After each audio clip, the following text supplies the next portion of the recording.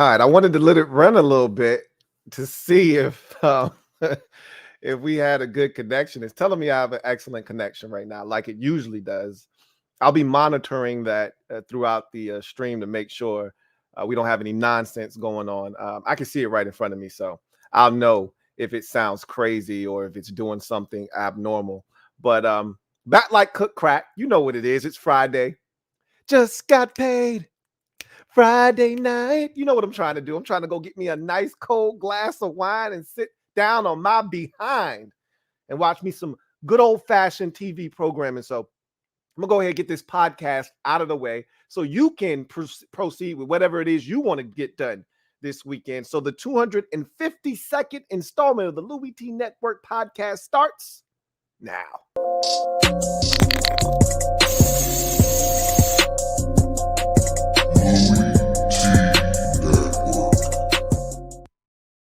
Who else could it be but me, your man, Louie T? Thank you for joining me here on the 252nd installment of the Louie T Network podcast. I, of course, am your set man, Louie T. Thank you for joining me. Sorry about the technical difficulties. I don't even know what happened. I don't even know if it was on my end or YouTube's end. That's of no consequence. We're back like cook crack, and we're ready to get it going. So let's jump into today's show. And we started off, you know what it is. You already know what it is. It's a gem dropping session. Let me drop this gem on your melon. Open your mind, let your conscience be free. You're now rolling with your man, Louie T double E. Let me open you up. Get to thinking a little bit. So I was thinking about the draft, and we've talked about the draft a ton of late. Obviously, the draft is right around the corner. We're closing in on less than 3 weeks away from the draft. Now, I think it might be less than 3 weeks away. I think yesterday might have been 3 weeks until the draft. That said, we're getting close. It might be 4 weeks still. Either way, had a great discussion with the mob last night about the wide receiver position. And it got me to thinking about veterans. And it's always a tricky time of the year for veteran wide receivers that are out on the market still, because you're an aging veteran in a league that has an opportunity coming up here in the next few weeks to draft a bunch of young guys that are going to be cheap labor. And so where do you fit into the NFL, puzzle, if you will? And so these are guys that have been, highly productive when healthy, and I think can help some teams now. Generally speaking, when we talk about veteran wide receivers or just veterans in general, especially the receiver position, but just veterans in general, if I'm a team that is close to winning, or I feel like I'm one or two pieces away from getting over the hump, or I'm right there as my window is about to open, then these are the types of players that you go and you seek service from. If you're a young team, you're in a rebuilding phase, or you're still not there yet, you're still trying to figure shit out, got a new head coach, got a new GM, these aren't the guys for you. These aren't the guys you need to be making calls to their agents to have workouts for or meetings for. These aren't the guys that, are going to satisfy what you're looking for. So I find this to be an interesting list. One or two of these guys may actually be washed. I'll ask you guys, and I'll ask your opinion. But this is sort of a pseudo list. And you know how I get when I feel listy, I start listing things. So with that said, let's get into these veteran wide receivers. Let's find them nice, good, wholesome, comfy homes. Okay, they've been really good players throughout their careers for the most part. Let's find them a new home, shall we? So I want to start with Eugene Hilton. You know him as T.Y. Hilton.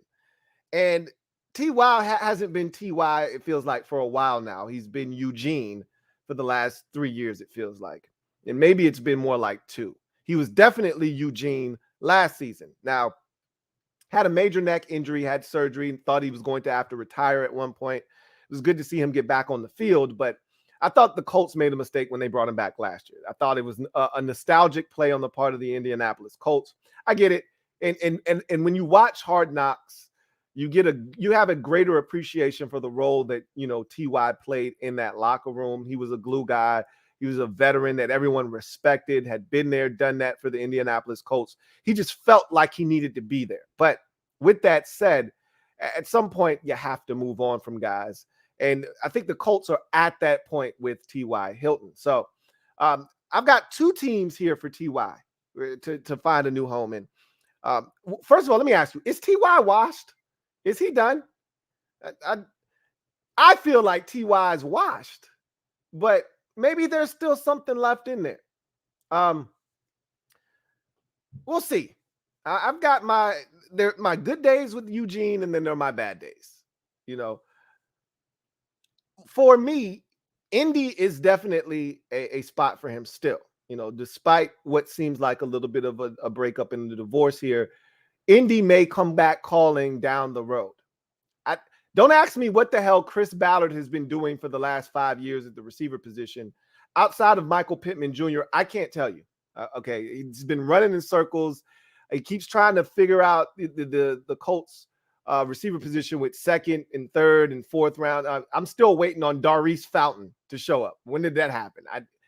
So to me, every time I look up, the Colts have some, unheralded, undrafted, receiver running, with the third, running as their third option. And you're like, wait a minute. Why is this guy on the field? Why is he here? That's what the Indianapolis Colts do with the receiver position. It's Michael Pittman Jr., T.Y. Hilton, and a bunch of cast-offs you never heard of. Okay. Josh, Doolin and all of these dudes. You're like, whoa. What are we, Ashton Doolin? Like, what are we doing here? That's what the Colts do. So it's time for them to stop this shit. Okay. So T.Y. could be back in Indy. I know they're still waiting on the Ohio State receiver to stay healthy. He never seems to be able to do so. Parrish Campbell, that's cool. T.Y. may be back in Indy. I think he's done in Indy. To me, there's only one place for T.Y. to end up. If he doesn't get work here, I don't know if he'll get work anywhere. It's Chicago for me. Like, I feel like Chicago's really funky right now, and they just need stuff. So I look around and I'm like, okay, love me some Darnell Mooney. Okay. And then I look at the rest of their roster and I'm like, who else do you have on that team at receiver other than Darnell Mooney? And they don't really have an answer.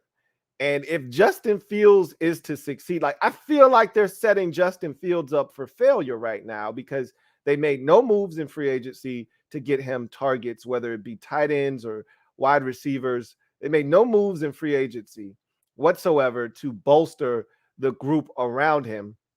I don't think they're waiting for the draft. I mean, what are you going to draft? 5 receivers? Like, they should have been active. They should have won. And it didn't have to be a frontline guy. You were going to lose Allen Robinson. He wasn't coming back. You weren't going to be able to slap the franchise tag on him for a third consecutive year. So he was gone. You knew he was gone. So at this point, if you're the Bears, you should have been already, setting up plan B.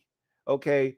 Plan A was to find a way to get Allen Robinson to stay. He wasn't coming back. So plan B should have been already in motion, which should have been, hey, let's find a veteran receiver that's not going to cost us a ton, but a guy that can help us to help Justin along in his development. Okay.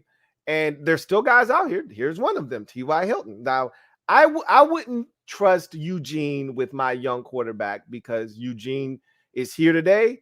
He's got a hamstring tomorrow. He's got an ankle tomorrow.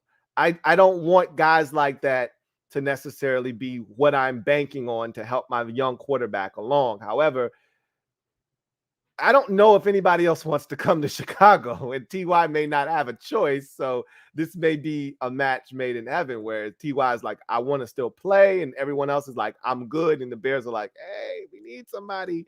So I'm just looking at Chicago like, hey, it's just really no other options. Nobody wants to come to Chicago right now.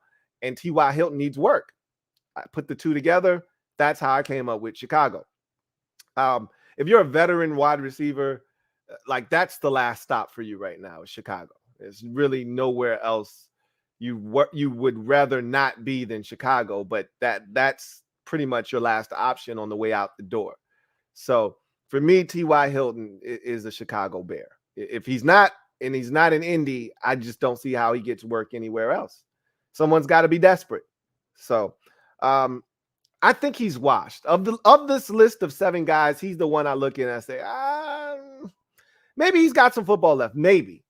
But I look at him and I think he's washed. We'll see. Cole Beasley is the next guy on the list. And when I think about Cole Beasley and I look at his situation, here's a guy that was in Buffalo, played extremely well for the Bills over the last 3-4 years. He's still one of the premier slot receivers when healthy, can find his way open, sit down in zone coverage, win and uncover. That's a veteran quarterback's dream. So when I look at Cole Beasley, there are a plethora of teams that could use a guy like Cole Beasley who can still get open at the age of 33 years old, sit down in zone coverage, and move the sticks on 3rd and 6. There's always a need for a guy like that. So I look at Pittsburgh, I look at Green Bay, I look at Tennessee, and I look at Indy, all as options because Indy is in win now mode. Obviously, you got Matt Ryan, you're trying to win now. Same with the Tennessee Titans. You've got Ryan Tannehill. You've been to the playoffs the last 2 years, and you've had opportunities, and you let them slip through your fingers. So you're trying to win now. They traded for Robert Woods, did the Tennessee Titans. I still think they need a slot receiver. The Green Bay Packers, I've talked about the cupboard being bare in Green Bay. Now they still have Alan Lazard, and I think Aaron Rodgers' best friend is still on the roster. I would assume that he's still on the roster, and Randall Cobb. If Randall Cobb is still there, then there's no need for Cole Beasley. They're the same player, right? Aging veteran slot wide receiver. You don't need 2 of them. But if he is no longer there, then Cole Beasley makes a ton of sense for a guy like Aaron Rodgers. But I think, if I'm not mistaken, that Aaron Rodgers isn't cool with just being on a team with nobody he knows. I'm pretty sure he wants Randall Cobb around. So I think Cobb is still there. But the Steelers make a ton of sense. You lose Juju Smith-Schuster, who was your primary slot wide receiver last season and has been for the last 3-4 years in Pittsburgh. He's no longer there. So there's a void in the slot for the Pittsburgh Steelers. And a guy like Cole Beasley would make a ton of sense. Here's the question I have. Are you truly in win now mode if you're Pittsburgh? You have Mitchell Trubisky at quarterback, and you're probably going to draft a rookie. So you're transitioning in between quarterbacks, and you haven't had to do this for quite some time. Are you truly in win now mode? Because if you're not, a 33-year-old Cole Beasley doesn't make a ton of sense for you. I don't think they are. So that to me narrows this list down to Green Bay, Tennessee, and Indy. I think Randall Cobb is still in Green Bay, so I would take Green Bay off the list. So then it narrows the list down to Indy and Tennessee. To me, the Titans make the most sense for Cole Beasley. I look at their roster. I still think that they're lacking at the receiver position, even though I think Robert Woods, as crazy as this may sound, is a massive upgrade. If he's healthy, remember, he tore his ACL last year in practice, did Robert Woods. But if Robert Woods is healthy, he's a massive upgrade over Julio Jones, right? I mean, Julio gave them absolutely nothing last year. So you bring back A.J. Brown, and then they're going to find a way to get a deal done. He's not going anywhere. You add Robert Woods, who they traded for. And then if you can insert Cole Beasley into the slot in Tennessee, now you've got a formidable trio of wide receivers that can do work and really make things a lot easier on the Titans. Remember, I think the Titans really felt like Anthony Ferkser was going to step up at the tight end position and that they were going to be fine there. They never really addressed the fact that they lost, Jonnu Smith, and that, that they were missing some weapons out there. And so I really feel like they have to address the skill positions. You can't just come back and say, well, A.J. Brown will hold us down and we'll be fine. You've went out and got Robert Woods, but he's coming off of an injury. You'd like to think that he'll be fine, but again, you don't know that for sure. I would add Cole Beasley if I'm the Tennessee Titans. It makes a ton of sense. Obviously, they drafted Des Fitzpatrick last year. That didn't work out the way that they thought it was going to. So we'll see what happens with the Tennessee Titans. Last year, I think they went out. They've gone down the Rams road before, if you recall. They went out and they signed the wide receiver from Texas A&M from the Rams that had a nice little, start to his career in LA. I didn't hear a peep out of him in Tennessee. Don't even know if he even made it throughout the whole season with the Titans. So either way, I think Cole Beasley makes a ton of sense in Tennessee. That's where I'm putting him in the upcoming season. Next, it's AJ Greene. This is a guy that was in Arizona last year and actually played really well. A lot of people will remember him for his lowest moment of the season, and that will be the one thing that they remember with him in Arizona, which was a nationally televised game on a Thursday night against the Packers where he was mixed up with what the play call was. He's blocking. Kyler Murray throws him a back shoulder fade. It gets picked off. They lose the game against Green Bay. They were undefeated at the time. And it seemed like the beginning of their descent, losing that game to the Packers on a Thursday night. That said, AJ Greene was outstanding for them last year. Over 800 yards receiving. I still think he's got something left in the tank. And after losing Christian Kirk, I assume that they're going to try to, draft another receiver. But they got Rondale Moore, who they think is going to replace Christian Kirk's production. You still need a number 2 opposite of Nuke Hopkins. So to me, if I were the Arizona Cardinals, I'd just bring AJ Greene back, unless you have a solution. And they like the Antoine Wesley guy that they just brought. He just signed his tender, if not today, yesterday. They like him a lot. I like him too. He's not a number 2 though. I think you need to make sure that Kyler Murray has adequate weapons to get the football to. AJ Greene provided him another outlet last year. I think you should bring him back. But if that doesn't work, you can always go to Chicago, AJ. That's where aging veteran receivers go to die. There's always Chicago. You and TY can team up out there. But I don't think that AJ Green's looking to waste his career away in Chicago. He probably rather retire than go to Chicago. Arizona is where he needs to be. I think he's still got good football left in him. And I think one more year in Arizona would be beneficial for all parties involved. How about Jarvis Landry? Juicy fruit. Jarvis Landry. Couldn't agree on terms with the Browns. They ultimately released him. As soon as they got their hands on Deshaun Watson, he was like, hey, I'm open to coming back. No time like the present. The Browns are still in play for Jarvis Landry. I look at Pittsburgh as another destination. I just talked about Juju Smith-Schuster, exiting stage left. He's now in Kansas City. To me, Jarvis Landry makes the most sense in Pittsburgh. But there's also New Orleans, and we do this quite often with any receiver that has ever played at LSU. When they become available, there's always, and really it's not just a receiver.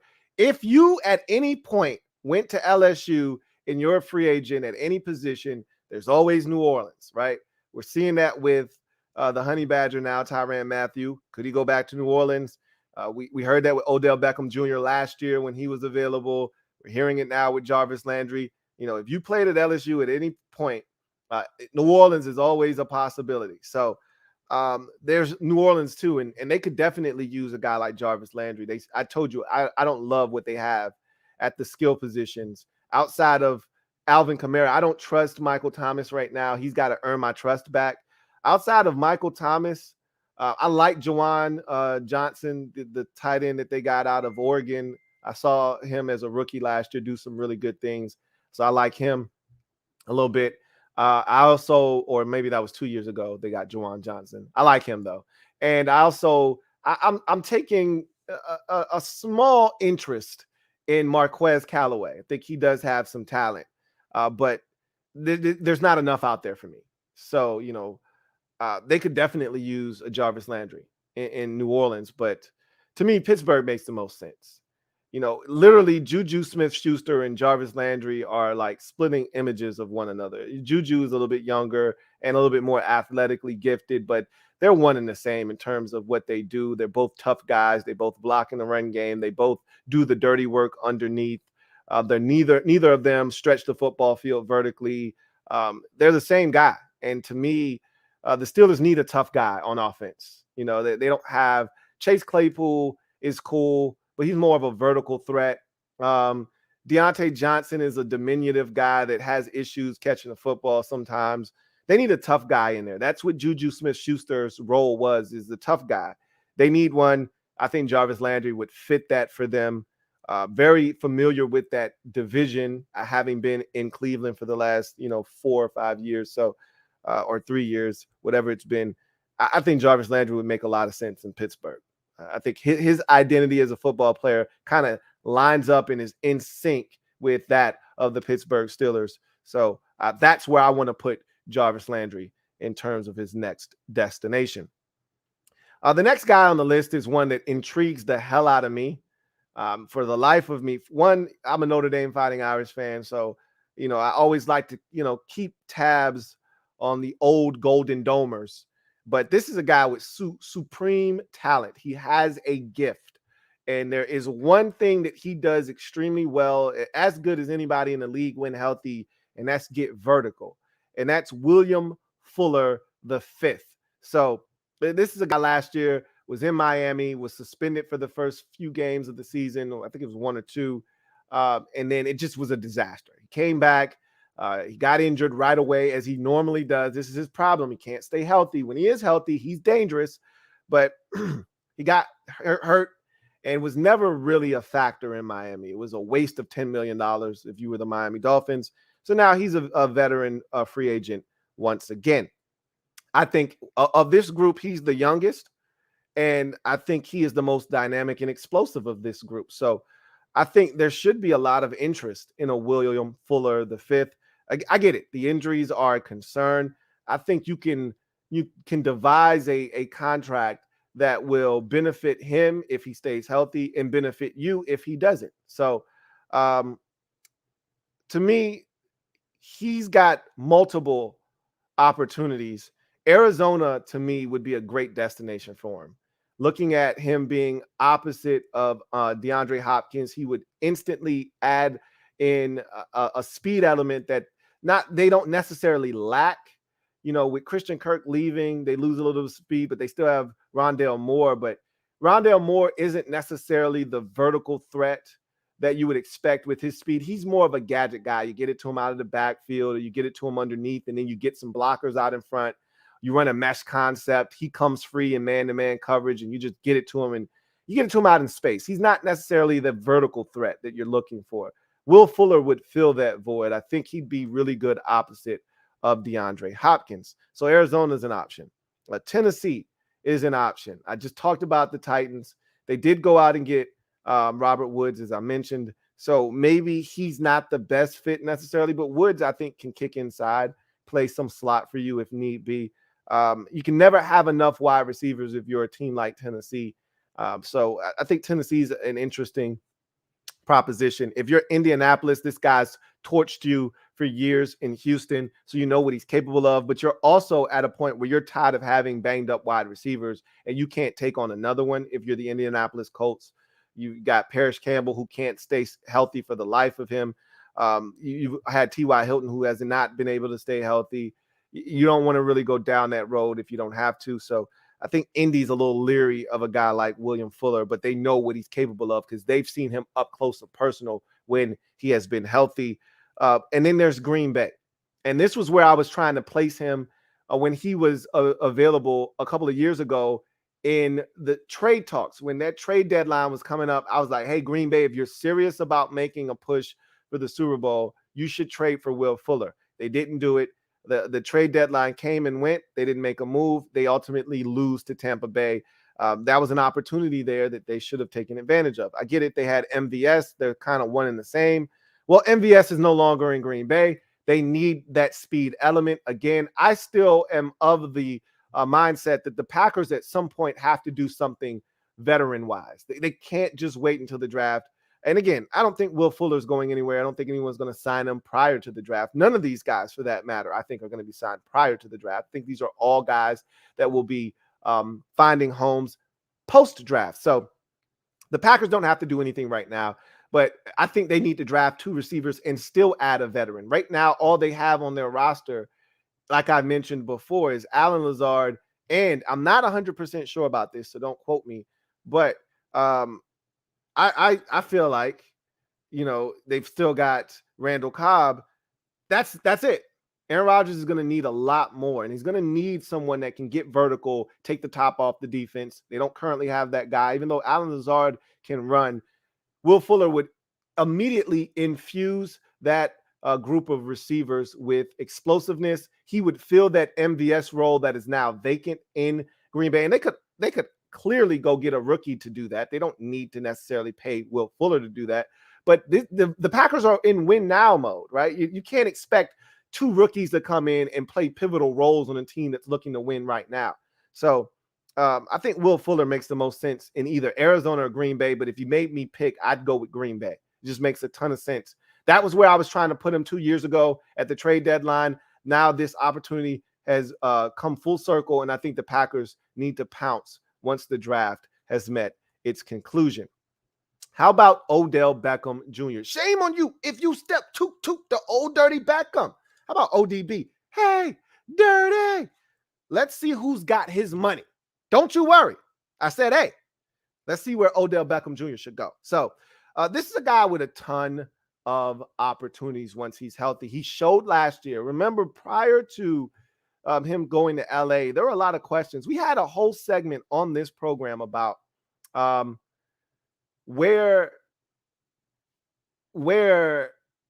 he was in terms of his legacy. Because when he first came into the league, those first 3 years, we thought that this guy had a chance to be one of the greatest receivers we had ever seen. Statistically, he was well on his way. And then the injury started, the dysfunction started, he got traded, and he had a 1,000-yard season in Cleveland. It's not like he wasn't productive there. Just for whatever reason, it never truly worked. But then he gets to LA, and remember, Green Bay was in the discussion, and they tried to lowball him with the offer that they were going to give him. And so he chose LA, and it turned out to be a really good decision. He was huge and instrumental in their run to the Super Bowl, gets injured in the Super Bowl, tears his ACL yet again. And so now he's on the mend. Won't be able to help a team when the season first starts, but he'll be one of those pup list candidates that once the season gets underway, you get about 6-7 weeks in, you need help. Odell Beckham Jr. is the man for the job, and I think teams will start lighting his line up. So who are these teams that may be lighting his line up come week 7 or 8 of the season? Great question. You ask, here are the answers. The Los Angeles Rams are still involved in Odell Beckham Jr. discussions.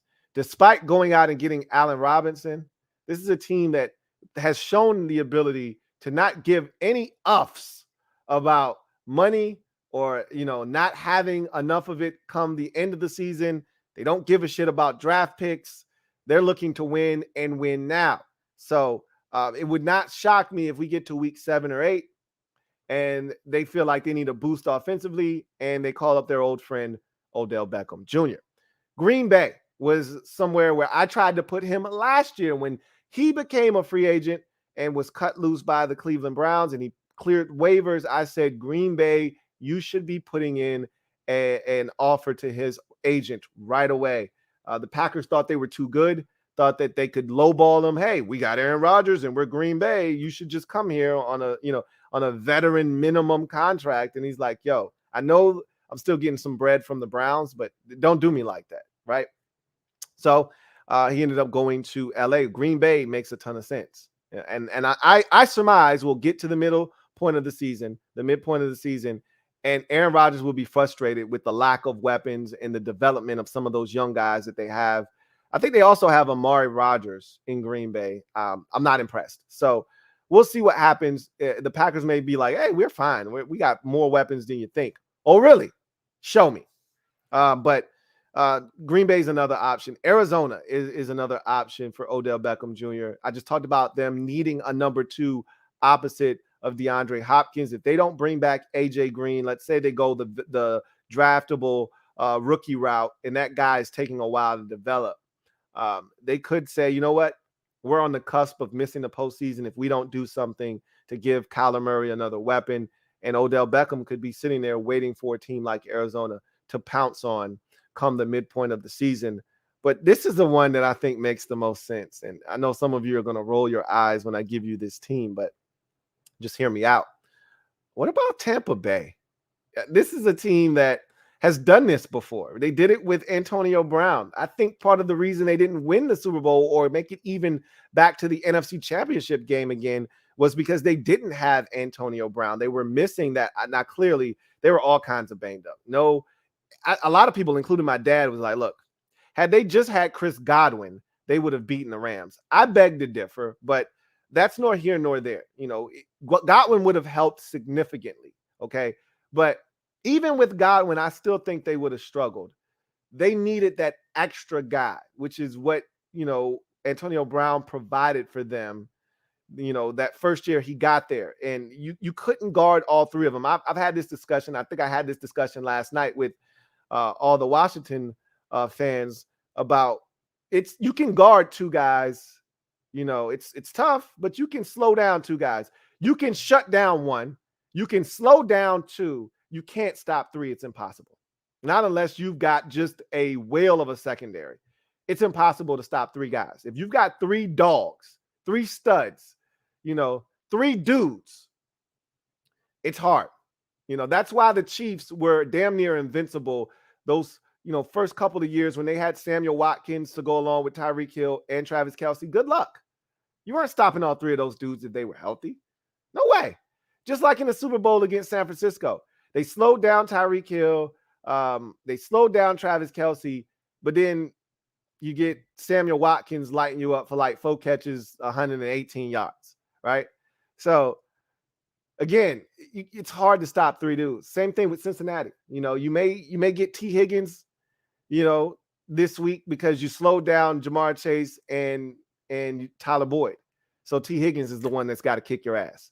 You slow down T. Higgins and Tyler Boyd, all right, Jamar Chase is going to dig in your butt. If you slow down Jamar Chase and T. Higgins, it could be Tyler Boyd day. So it's hard to stop three dudes. I think the Tampa Bay Buccaneers are missing that final guy. And I wouldn't be shocked. This is their go-to move. I wouldn't be shocked if we get to week 8, week 9, Odell Beckham Jr. is healthy, he's running around, and Tom Brady puts in a call to Odell Beckham Jr. personally and says, bro, we need you in Tampa. I wouldn't be shocked if he ends up in Tampa Bay. That's where I'm putting him. Tampa Bay Buccaneers. Book it.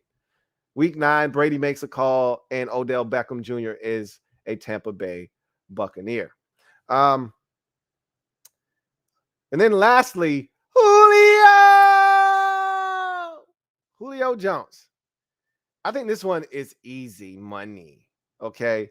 Green Bay makes a ton of sense. Veteran wide receiver, explosive, pair him with Aaron Rodgers. They could make great music together, but this reeks, this smells, this tastes, boop, this feels like a marriage made in heaven, a match made in heaven, reunited, and it feels so good. Matt Ryan, Julio Jones, Indianapolis Colts, make it happen. Chris Ballard, make it happen. They never seemed like they were comfortable being apart. Even though Matt Ryan, figured out a way to do his thing, they were always better together. And Julio hasn't been right since his boy left, since he left his boy. And I think he needs to be back with Matt Ryan. Maybe he'll actually stay healthy for 12 or 13 games with Matt Ryan as his quarterback by his side. But the Colts could use, and again, I get it. If you're an Indianapolis Colts fan, you're like, you just talked about it. You just talked about it. I don't know if we can deal with another dude that has injury issues and a problem staying healthy. We already got enough of that. However, I look at this situation. It's too juicy. Who doesn't love a good redemption story? Julio Jones counted out. Everyone felt like he was washed. He can't stay healthy. Hey, Matt Ryan can't win. He can't win the big game. Matty Ice is no longer Matty Ice. He's been defrosted, you know. Yeah. Everyone's counting these guys out. Put them together, and maybe they become a beast of a tandem again. And then you add in Michael Pittman Jr., and all of a sudden, you got something in Indy. I'm not saying, I'm just saying. I think it's either Indy or Green Bay for a guy like Julio Jones. New Orleans is a dark horse because they could use another guy out there. And again, sometimes you need to go where you're familiar. And having played in Atlanta for many years, he's very familiar with the New Orleans Saints. And maybe that's another option for Julio Jones. But I think it's Indy. That's where I'm putting him. That's the story that makes the most sense to me. And that helps me sleep at night, him going back to Indy and pairing up with Matt Ryan. So that's going to do it for my Gem Droppin Session. Let's see. I just want to run through here real quick and see if you guys had, I see I got a couple of super chats too. See if you guys had any ideas for some of these guys. Let's see. Let's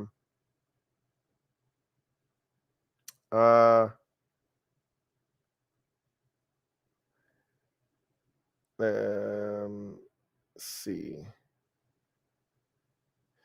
Fourth and Inches podcast says, I feel like one of these teams would take a chance with Will Fuller. I would assume so. E says the Steelers are on decline, close to rebuild, in my opinion.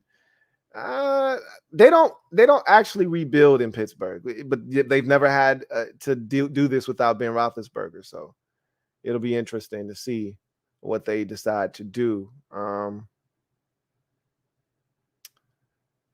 All right. Red Wing says Will Fuller is so frustrating. Yes, he is. All right, so let's get to these super chats real quick before we move on to our next segment. Luck, thank you for the super chat. Greatly appreciate you. My guy Luck writes, YouTube tripping. They cutting Lou off. They kicked me out of the mob and won't let me pay again. You got any other payment methods I could use besides this? No, but we can figure something out. Just DM me and we'll try to come to some kind of conclusion. I don't know why. I can't. YouTube does their own thing. They march to the beat of their own drum. I wish I had answers for you, but I mean, something as simple as even allowing people to join is sometimes a headache because they don't have, again, that whole join thing, it's still in its beta phase. So they're still trying to figure out, some of the wrinkles and kinks that they have with it. And one of those things is it's hard for people to join via the mobile device. You've usually got to do it via a desktop, or you've got to switch from the mobile app to the desktop view on your mobile device. So it's not easy. YouTube doesn't make it easy, but I assume they're still working on that. We'll see. P-Low Dollars, thank you for the super chat. Greatly appreciate you. Thank you for being a member of the MOBB. My guy P-Low Dollars writes, hey Lou, didn't Washington let LeVar run wild like they're doing with Parsons? Any linebackers in the draft we can get like that and play him that way? Yeah, but those guys don't grow on trees. We drafted LeVar Arrington number 2 overall, and the Cowboys drafted Parsons, 12th, I think. And honestly, if not for all of the off the field issues that cropped up with him, I don't know. Honestly, we all knew he was a top 5 talent. We were talking about that for months upon months leading up to the draft. And then all the off the field issues started to come into play and teams started to back off. But we knew this guy, and yeah, he didn't play in 2020. That didn't help. But all you had to do was go back and watch 2019 and to see that this guy was an uncaged beast. And he was just scratching the surface. He had just learned how to play linebacker. So, yeah, those types of freaks aren't just walking around. You don't just go, hey, I want one like him. Like they don't just grow on trees. So, no, there's not another one of those guys walking around in the draft this year. Okay, they don't show up every year. And yeah, LeVar used to roam around, but that was part of the problem with LeVar, which is why Greg Williams didn't love him. He freelanced too much. He didn't do his job. He put other guys in compromising positions, and that didn't sit well with Greg Williams. With guys like that, you just kind of want to turn them loose, right? But there still needs to be some semblance of structure. Can't just have a guy doing whatever the hell he wants to do. I always liken that to the guy playing volleyball, and we've all got positions. I was that guy in PE class when I was in elementary school because I was a better athlete than most of the kids on my team on the volleyball during PE. And so I'd run around, and wherever the ball went, I'd be the guy that hit it. That gets old after a while. Like, you got a position, play your position. Don't let them hit it to your spot and you're not there. I got a problem with that because you're running around hitting it in my spot. All right. Everybody's got a job to do. Do your job. And if I'm Dallas, he's going to rush the quarterback a hell of a lot. You know, I'm not going to try to put, shackles on this kid. He's too talented. Turn him loose. Let him get after the quarterback. And every now and again, you'll drop him into coverage. Every now and again, he'll be in zone or he'll play man-to-man. And we saw him do that last year. But I'm turning his ass loose, in third down situations, on first down where I think you might be trying to take a shot. I'm sending the dogs. And I think Dallas is going to continue to do that. That's why I wanted their defensive coordinator to get a head coaching job. I wanted his ass gone because he understands what kind of a beast he's dealing with, and he's going to continue to unleash him. Dan Quinn. And I just wanted Quinn ass gone. I want him to go to Jacksonville. I want him to go to Denver. I wanted Dan Quinn gone, and he's not gone. So he's going to continue to turn Michael Parsons into one of the best defensive players in the league. Silver V, my guy Silver Villains, thank you for the super chat. Greatly appreciate you. Thank you for being a member of the MOBB, who writes, "What's up, Lou? Hoping my Chiefs sign a corner like Bradbury or Gilmore, then draft wide receiver and edge rusher in the first round. I don't think James Bradbury is a free agent. I think you would have to trade for James Bradbury. However, Gilmore is a free agent. He is intriguing, but a lot of people think he's on the downside of his career. He's on the decline. So it'll be interesting to see. Even if Gilmore isn't what he once was 3 years ago, it's still probably better than anything you have at the cornerback position. It'd still be an upgrade. So, and then edge rusher in the first round, you definitely need to get pressure on the quarterback, but you also need a receiver too. Like MVS and Juju Smith-Schuster shouldn't be the end-all, be-all for the Chiefs.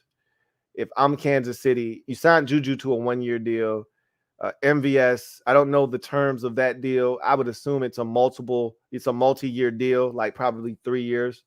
But I wouldn't count on either one of those dudes to just be the answer at receiver. I'd draft another guy if I were the Steelers. So edge rusher, it's a deep draft class of edge rushers. So if you're the Chiefs, maybe you say, let's get the edge rusher now, and we'll double back in the second round and get our wide receiver, because there'll be some talented guys still there in the second round as well. We'll see.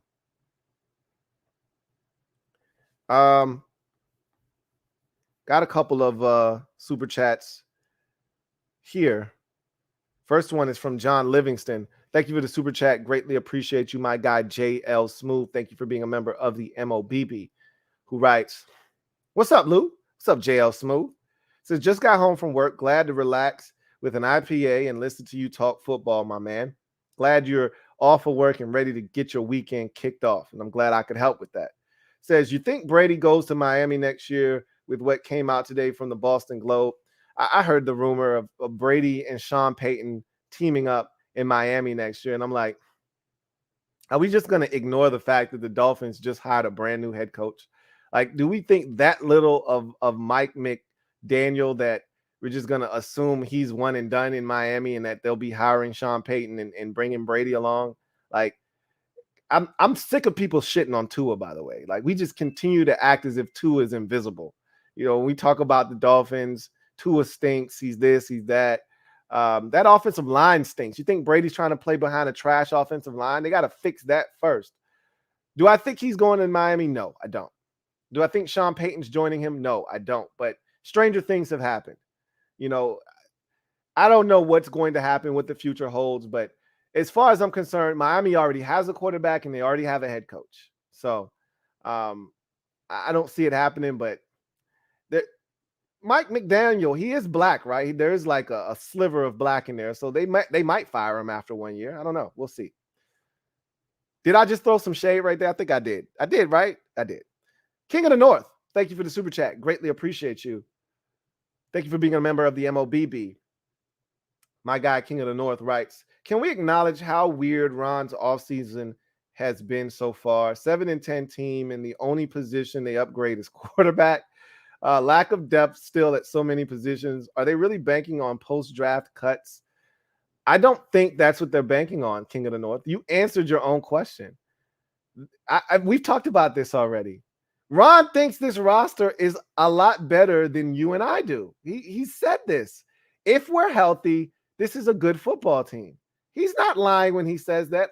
We all beg to differ, right? We all think that there are a lot more pieces that need to be added before Ron can be as confident as he is in this roster. But that's not stopping him from feeling the way that he does. In Ron's mind, we were compromised and we won 4 straight against quality opponents. You look at the teams we beat. We beat a playoff team in Tampa Bay. We beat a surging Panthers team with Cam Newton on the road. We beat the Vegas Raiders, who ultimately ended up being a playoff team. And we beat the Seattle Seahawks with Russell Wilson back under center. And they finish up the season red hot. So Ron's thinking, look, this team is capable. We just got to be healthy. We just needed an upgrade at the quarterback position. He's probably convinced himself already that if we had better quarterback play, we win 3 or 4 more games last season. He's not wrong in that department, by the way. You get better quarterbacking in week 1 versus the Chargers, you win that football game. You get better quarterbacking in week 5 against the New Orleans Saints, you win that football game. You get better quarterbacking in week 6 against Kansas City, you win that football game. You get better quarterbacking in week 8 against Green Bay, you win that football game. You get better quarterbacking in week 9 against Denver, you win that football game. Okay, so again, I understand where he's coming from that perspective, but I'm like you in the mindset of, hey, we need more pieces, but that Wentz deal kind of handcuffed him in terms of what he was able to do. We had to cut dudes just to get some more cap space free. I don't think that they're going to be over aggressive. I told you even before the Carson Wentz trade, I didn't expect us to be overly aggressive in the free agent market to begin with. Why? Because Ron was parading around telling everyone that this is a good football team, this is a good roster, and that it just needs to be healthy. So I don't think they think they're that far off. And you see it by the acquisitions that have been made. They pretty much brought everybody back. Cornelius Lucas, come on back. J.D. McKissick, come on back. Safety, what's his damn? Bobby McCain, come on back. Cam Sims, wide receiver, come on back. Like, they're bringing everyone back because they wanted to bring Ricky Seals-Jones back. He just chose the Giants over us.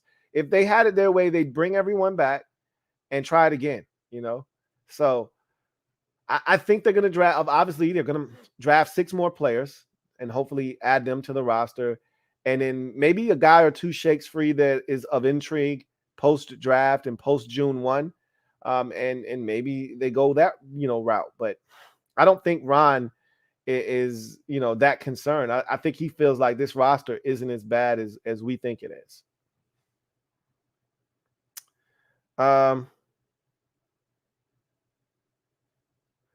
Anyway, so I'm confident that they've upgraded the quarterback position.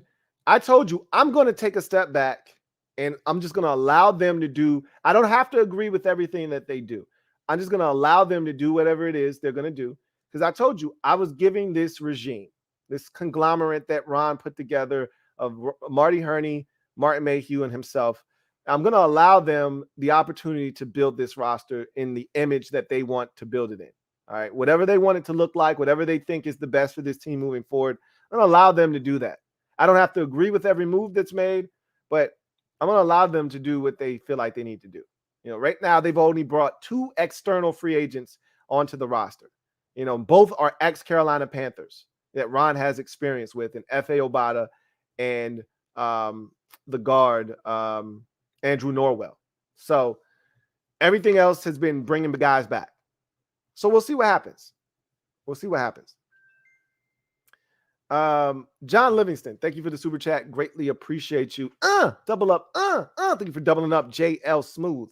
My guy John writes, well, Brady was apparently going to be part owner / player a la Jackie Moon. Hey, he says, I get the feeling Brady really didn't want to play for BA, but now that he's retired, it doesn't matter, I suppose. But I mean, BA's still there. He's still in the front office. Him and BA I don't think they got along. I think you're right about that. I think BA was like, Brady's at the point of his career where he's tired. He like, look, I left New England because I was sick of Belichick and his hard ass coaching. And like, I'm a veteran. I get the shit. I'm a self-motivated dude. I don't need you airing me out in the press. I don't need you telling the media that we lost this game because of me. I know that we lost the game because I didn't play well. I don't need you telling everybody else that. So I do think there was a little bit of a rift there. You know, Arians has said, look, me and Brady don't have any issues. I think that was more of the media trying to drive a wedge between us.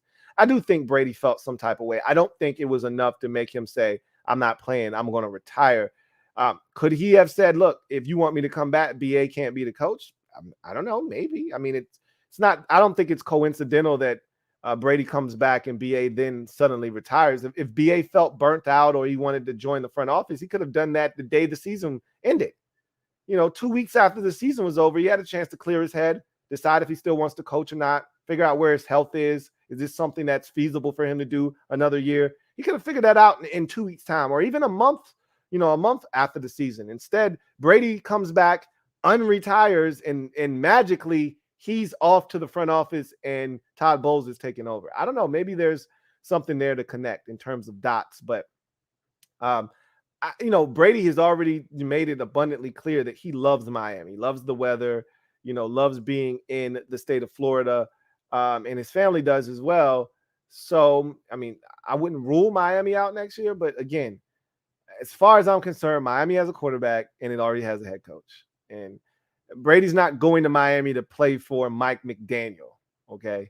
If he goes there, it's because they got like a guy like Sean Payton, and I'm not firing a coach that just got there this year, and I'm not getting rid of Tua, even though everybody else wants to. And maybe Tua does stink, okay? Maybe Tua does stink. It won't be the first nor the last guy that I champion on this podcast that has stunk. I championed Mitchell Trubisky. I championed Drew Lock. It won't be the last guy that I was like, hey, y'all back up, back, get off my guy. Only for him to continue to stink.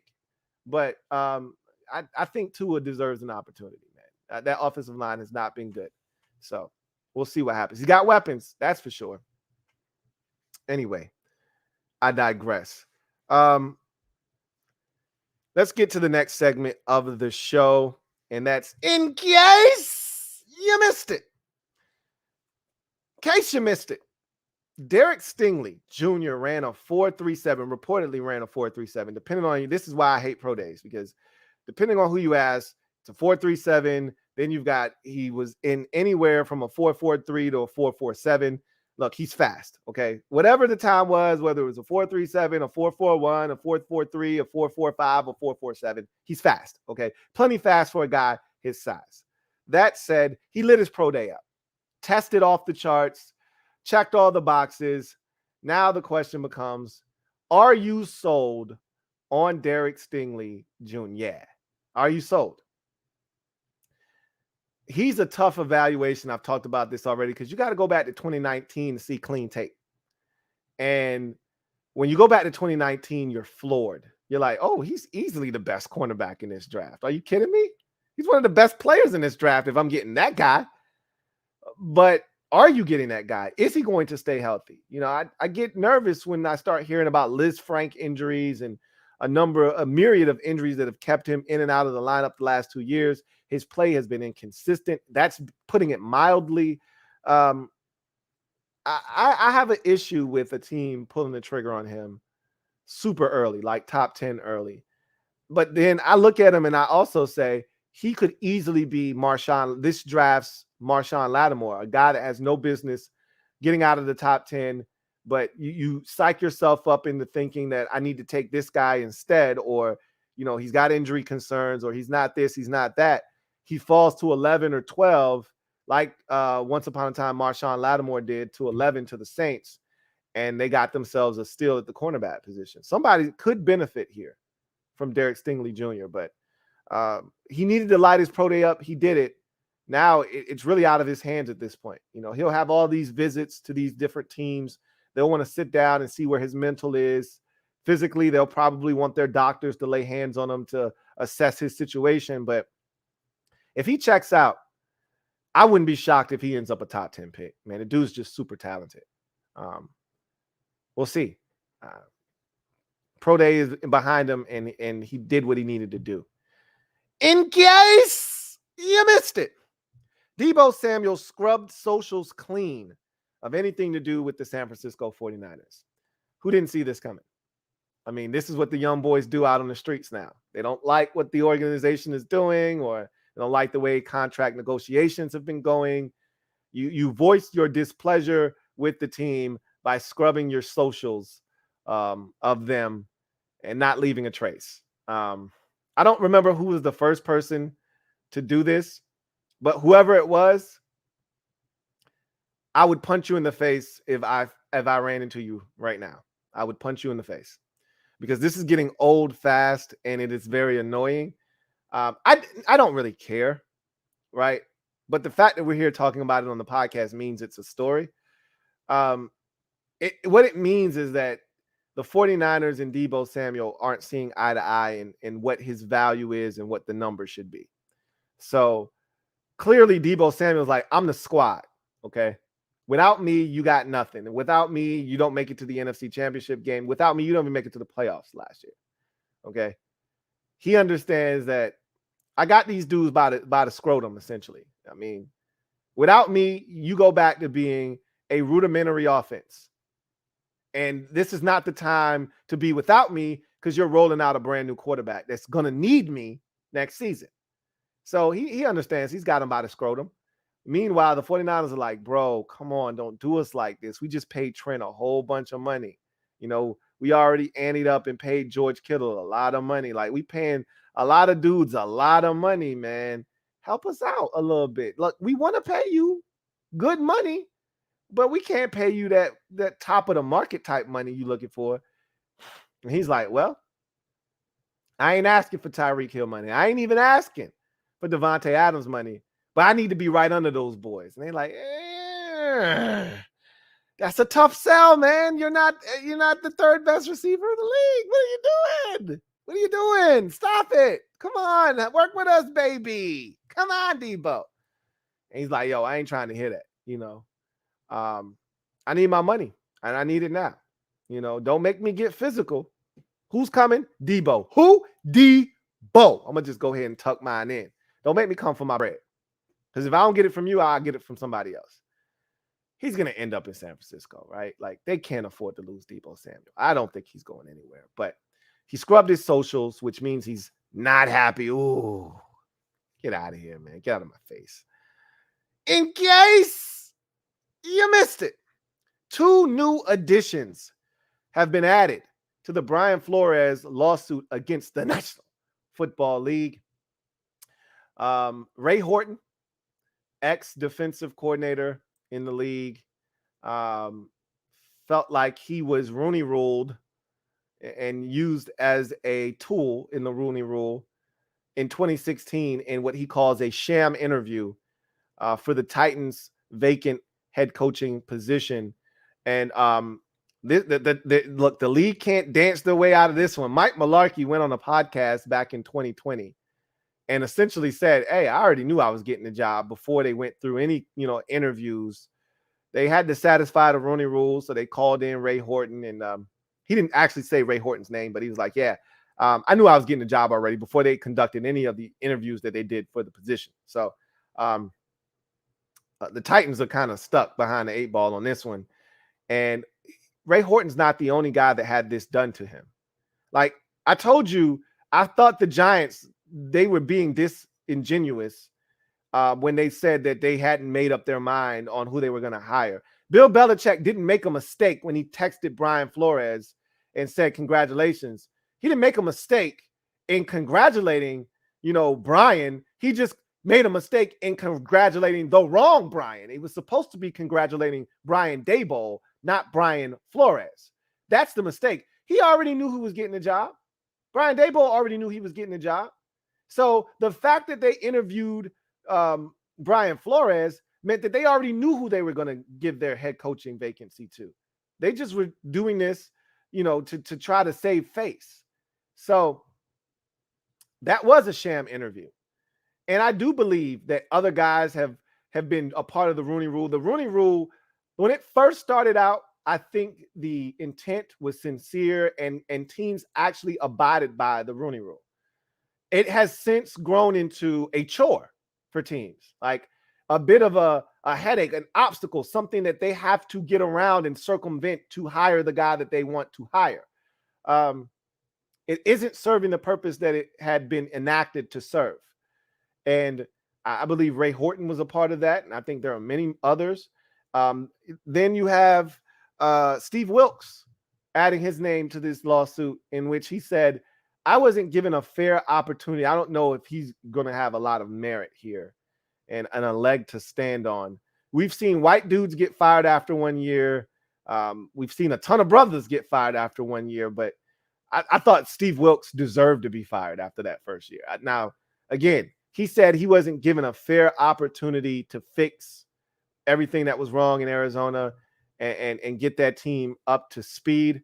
He looked lost on the sideline, just like Vance Joseph looked lost in Denver on the sidelines, just like Freddie Kitchens looked lost on the sidelines. A one-and-doner when you see him. I think Vance Joseph might have gotten, 2 years in Denver, but a one-and-doner when you see him, like, okay, this dude looks like he doesn't know if he's coming or going. The look, the guy that looks constipated on the sidelines, that's the guy that looks like he needs to be fired. And the team doesn't get any better. They're actually getting worse as the weeks progress and getting their asses handed to them week in, week out. So I don't know if Steve Wilkes actually has a case or not. I'd like to actually read, and I saw that there was a tweet that came out with Steve Wilkes' attorney essentially laying out why they're adding their name to the lawsuit. I need to go take a look at that, because if it's just the fact that he didn't get a chance to have a year 2 in Arizona, I don't think that's enough. But I do think Ray Horton has, an axe to grind and does have a legitimate case here. And so they're going to continue to add more guys. And I think I heard at one point, my guy with 2 cuts in the eyebrow trying to wild out wanted to be added to the lawsuit, Hugh Jackson.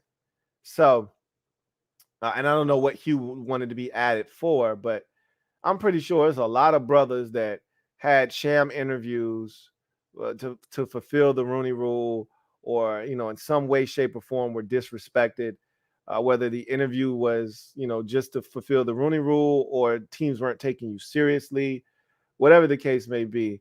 I think we're not seeing the last of guys adding their name to this lawsuit. I think the NFL's got something here on their hands. They're not going to be able to sweep this one away.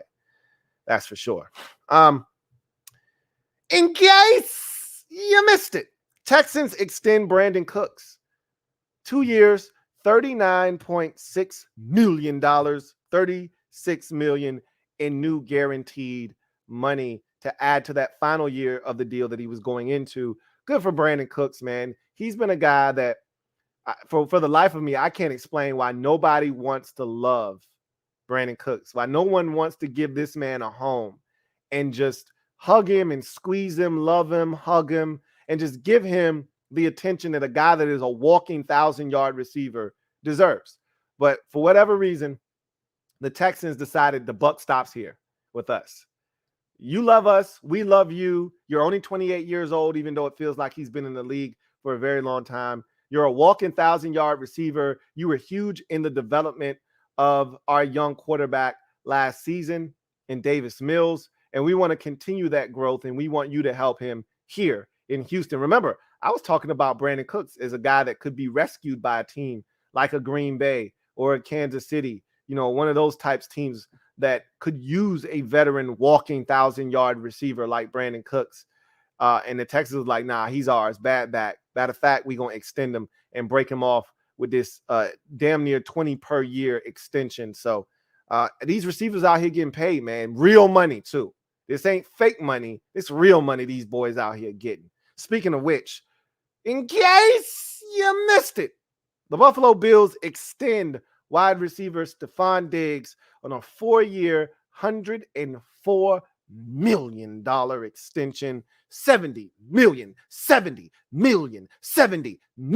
of it guaranteed. This boy out here getting paid. So, and he deserves it.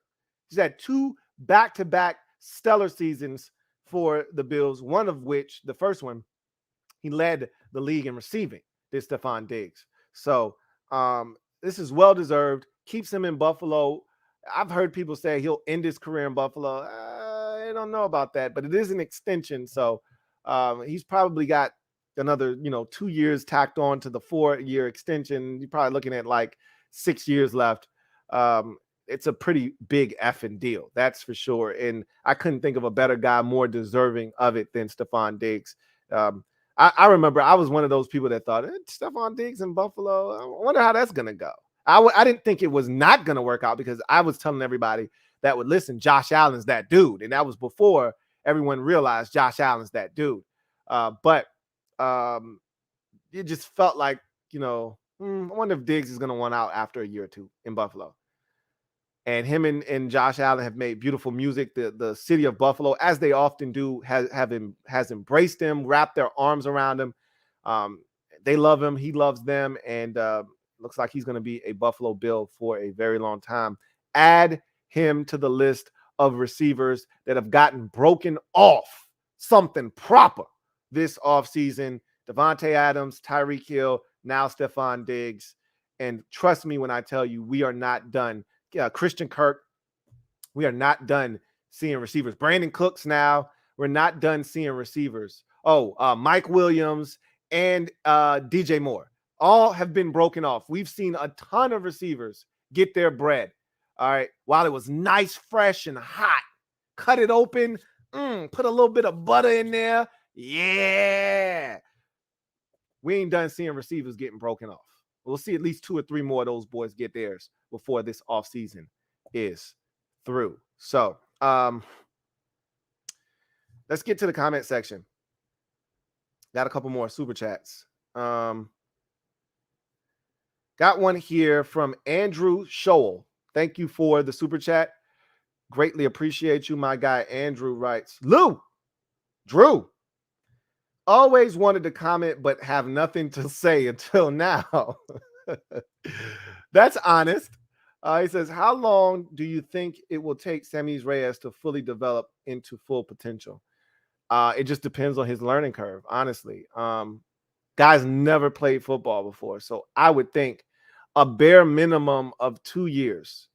It's going to take him to kind of fully grasp how the game works, where he fits, what his skill set suggests he should be able to do, the do's and the don'ts.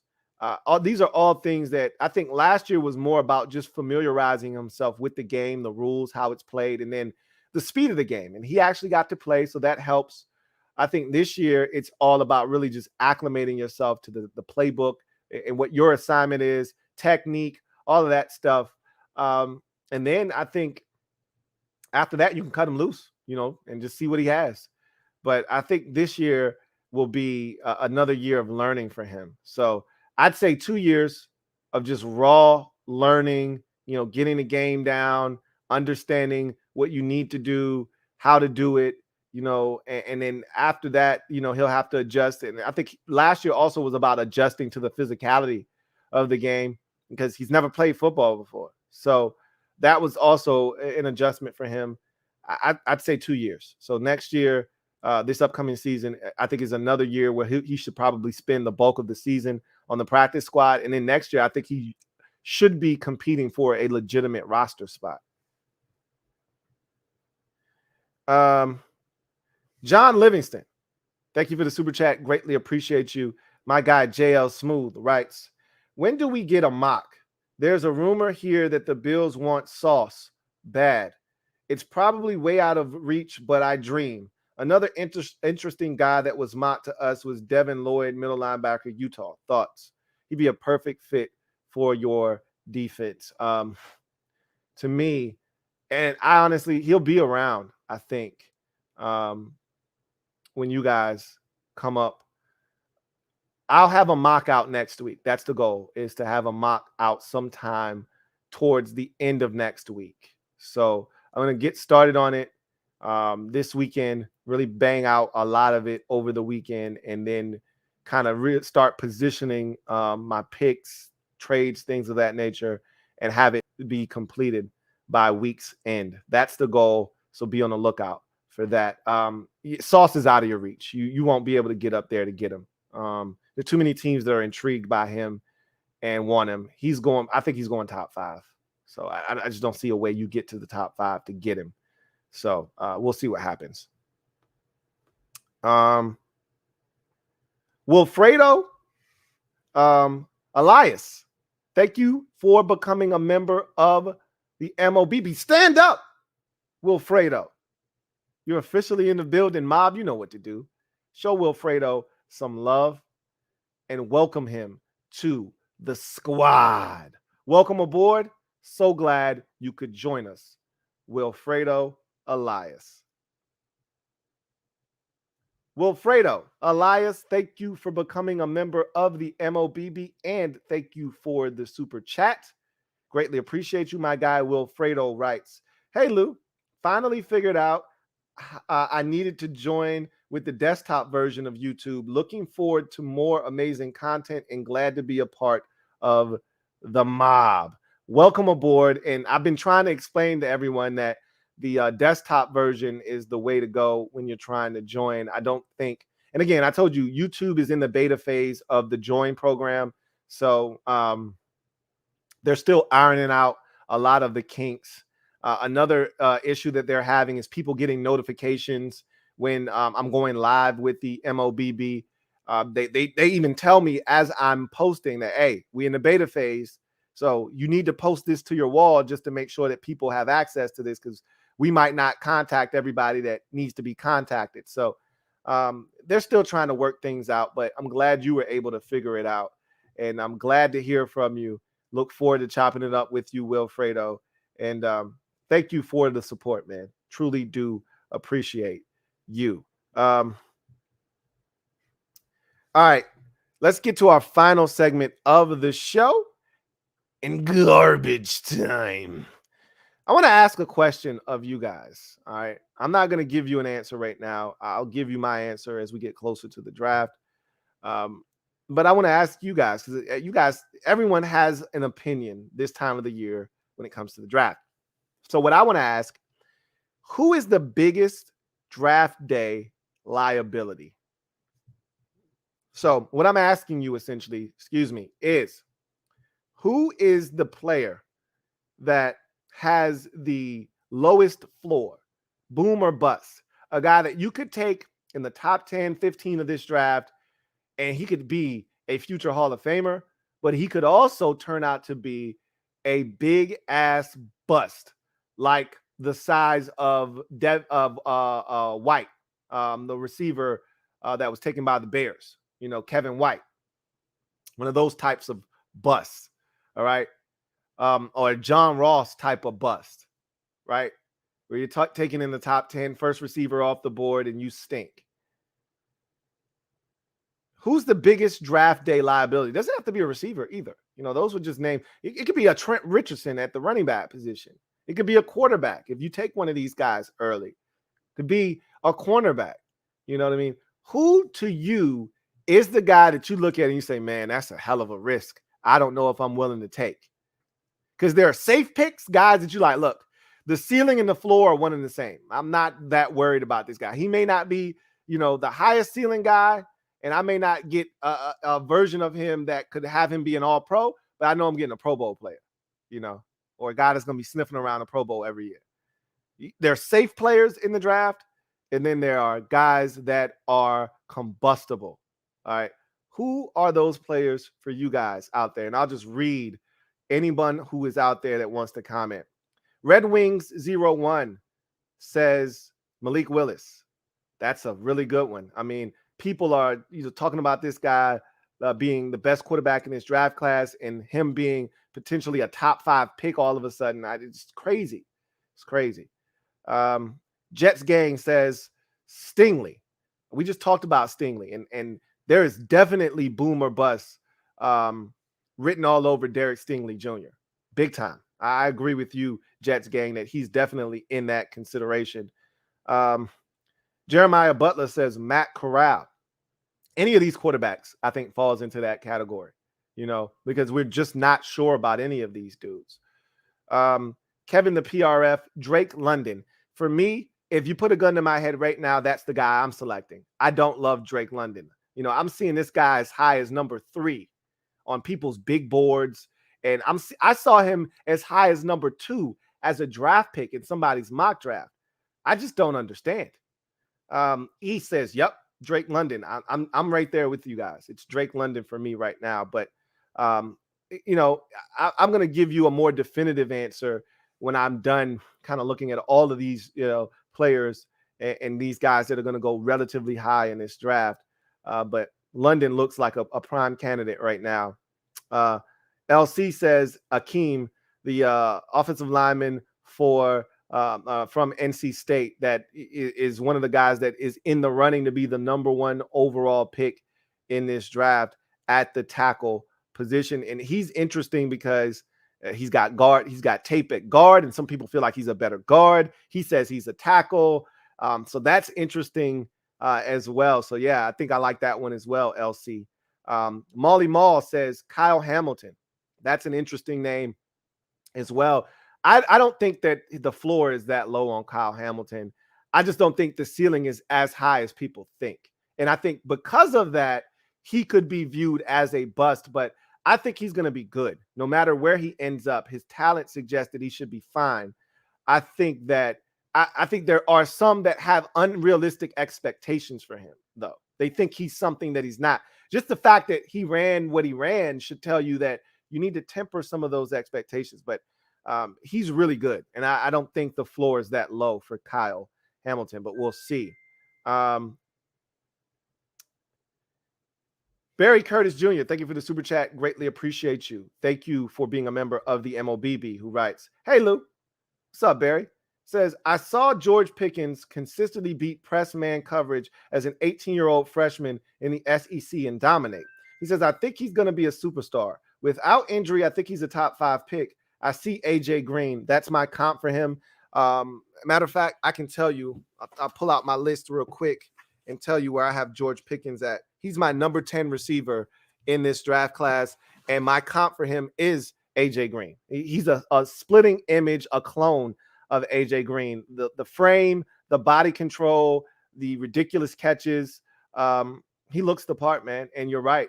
He was dominating. His best season was arguably his freshman year, even though he had some moments. To me, there were 2 games that stood out for me with George Pickens. In his freshman year, they played Baylor in the bowl game. I thought he was outstanding in that game. And then the following year, the bowl game against Cincinnati, I thought he was outstanding in that game. You could argue that was his best collegiate game of his career. But it was between the Baylor game and the Cincinnati game. Both were bowl games, and he was outstanding in both of those games. That's if you want to see the real George Pickens, go watch those 2 games in particular. So we'll see. I mean, he's a guy that he'll be around in the second round. He'll be intriguing. If he's healthy, someone could get themselves a steal in the second round for sure.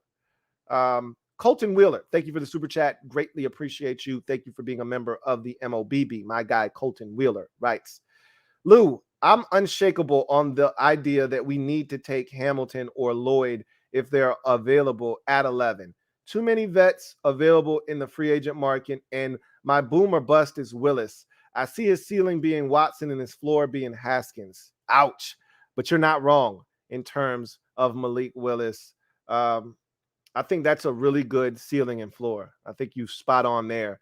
You're spot on there. As far as taking the defender at 11, you may be right about, passing up on those guys in lieu of maybe going a different route at those particular positions. I've already told you Ron Rivera he would shock the thing that would shock me the most is if we took Hamilton. I wouldn't be shocked if we took Devin Lloyd.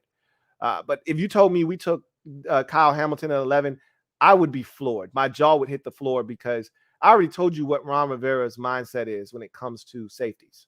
He doesn't value the position all that much in terms of spending high-level draft capital or even free agent dollars on the position.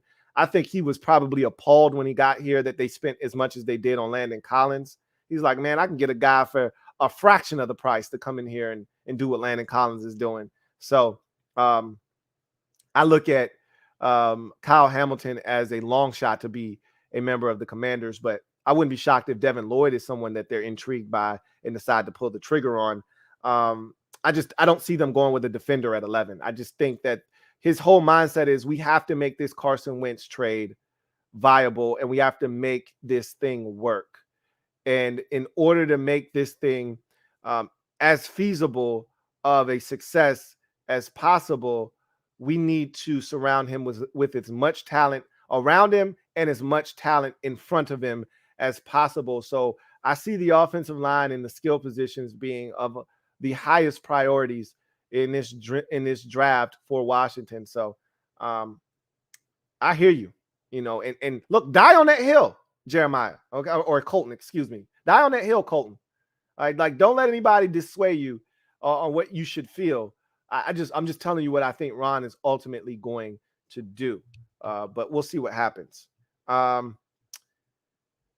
Somebody must have said Baron Von Monkey says Walker. That's an interesting one, Trayvon Walker. I think he has a chance to be good, but to hear this guy mentioned as the number 1 overall pick, number 2 as high as number 2, I'm like, really? Like I don't know if I see him being that good. Anyway, Jets Gang says Kayvon Thibodeau. That's another one. King of the North says Jamison Williams with his injury. King of the North, thank you for the super chat. Greatly appreciate you.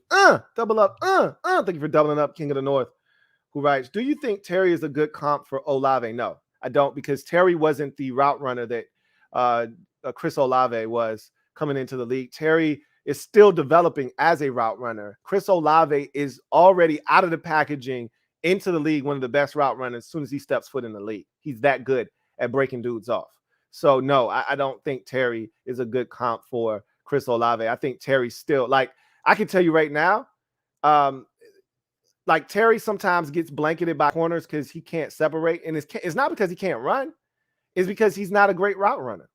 Terry can run some routes now. Don't get it twisted. He's getting better at it, but he's not a natural route runner. Chris Olave is a natural route runner. So I don't think that he's a great comp for him.